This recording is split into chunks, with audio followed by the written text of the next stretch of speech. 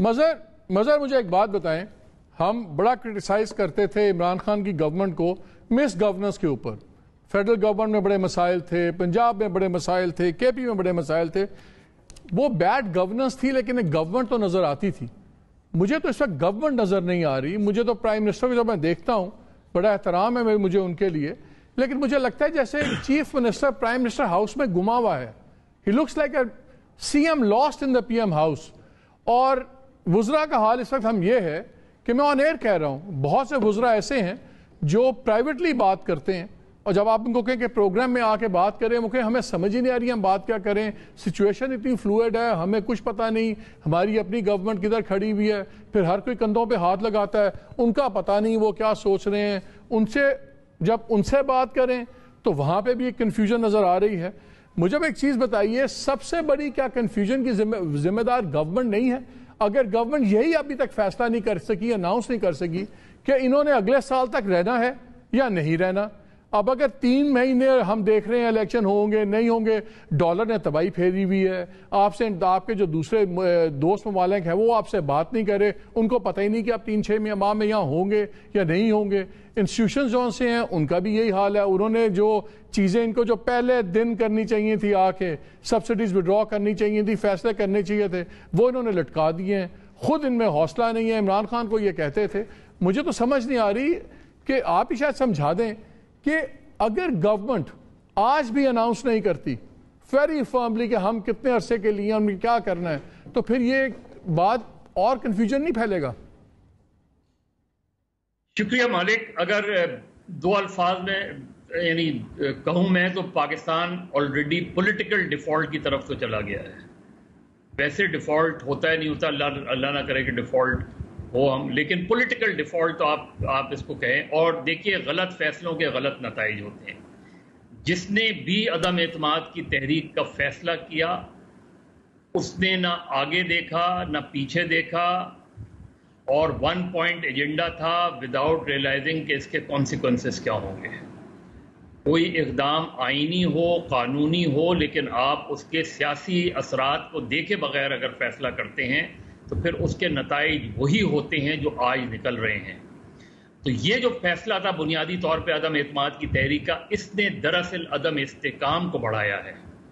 پاکستان میں جو عدم استحکام اس وقت ہمیں نظر آ رہا ہے اس کا بہت زیادہ تعلق. ایک سیکنڈ، 2 چیزیں میں کانٹیکسٹ میں آپ سے سوال کرنے سے پہلے ڈالنا چاہتا ہوں.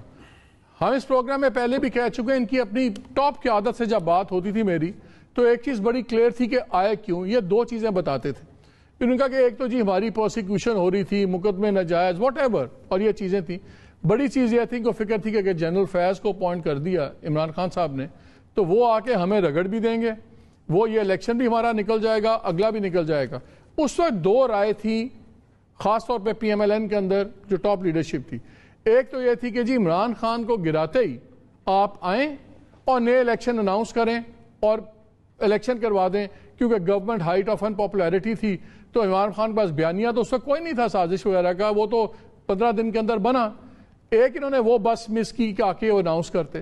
سیکنڈ تھا کہ آپ آتے ہی وہ فیصلے کر دیتے جس پہ آپ الزام عمران خان پہ لگاتے تھے کہ انہوں نے پولیٹیکل فیصلہ کیا، جی 100 ارب ٹھک گیا اور یہ اگر اسی طرح چلی سبسڈیز تو 600 ارب ہو جائے گا، تباہ ہو جائیں گے.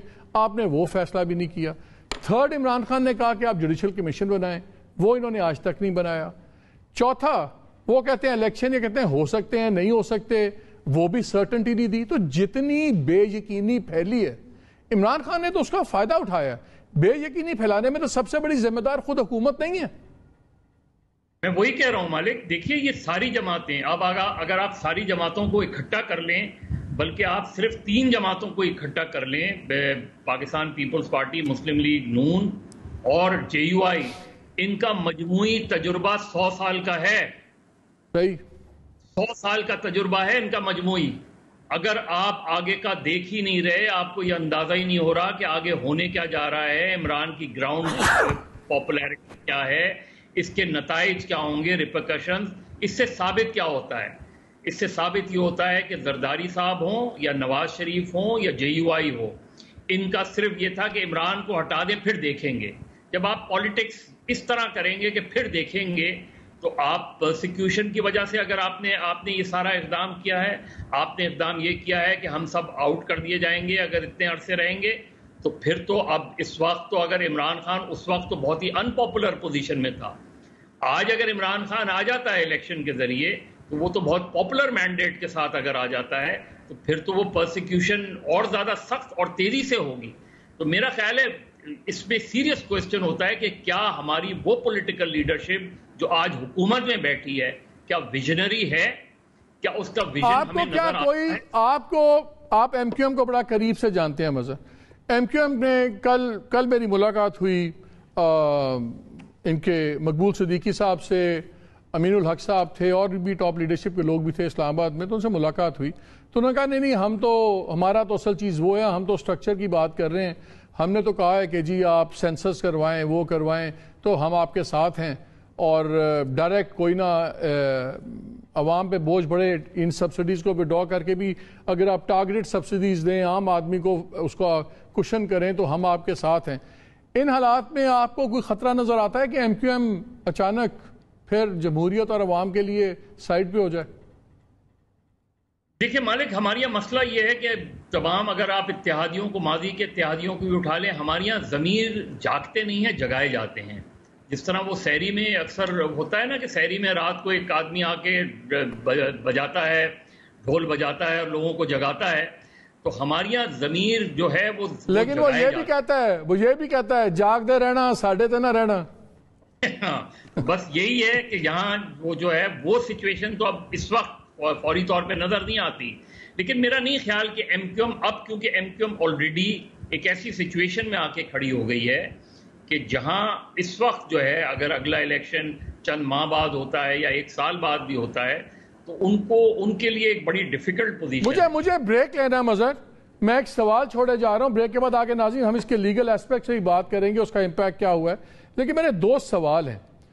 ایک تو جب آپ ان سے بات کرتے ہیں گورنمنٹ میں، لوگ کہہ رہے ہیں کہ جی ایک اور بڑا ٹسل چل رہا ہے کہ مفتاح صاحب اب کچھ چیزیں کرنا چاہتے ہیں، آپ لنڈن بھی گئے ہوئے تھے تو ان کے سینئر لیڈر کہہ رہے ہیں کہ جی اسحاق ڈار صاحب اس میں انٹروین کر رہے ہیں. اسحاق ڈار صاحب سے جب ان کے انٹرویوز لوگ کر رہے ہیں وہ کہتے ہیں میرا کوئی تعلق نہیں ہے. ایک تو یہ ٹسل چل رہی ہے. دوسرا سوال میں یہ چھوڑے جا رہا ہوں اب سب کے لیے کہ کیا خود پی ایم ایل این کی انٹرنل پالیٹکس نے بھی کتنا امپیکٹ کیا ہے پرائم منسٹر کی سیاست کو؟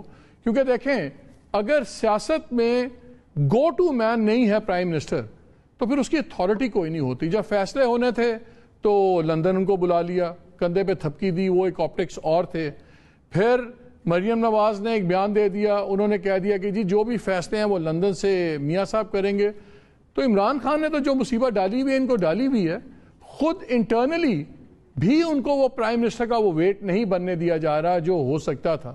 تو یہ تمام چیزوں کے ہوتے ہوئے پھر بات جا کے اونٹ کس کروٹ بیٹھے گا، اس پہ بات کریں گے، اور خاص طور پہ آ کے لیگل اس کیس پہ بات کریں گے، کیونکہ میرا خیال ہے کہ وہ لیگل کیس آج اور آنے والے دنوں میں بہت اس کا امپیکٹ ہوگا پاکستان کی سیاست پہ. Stay with us.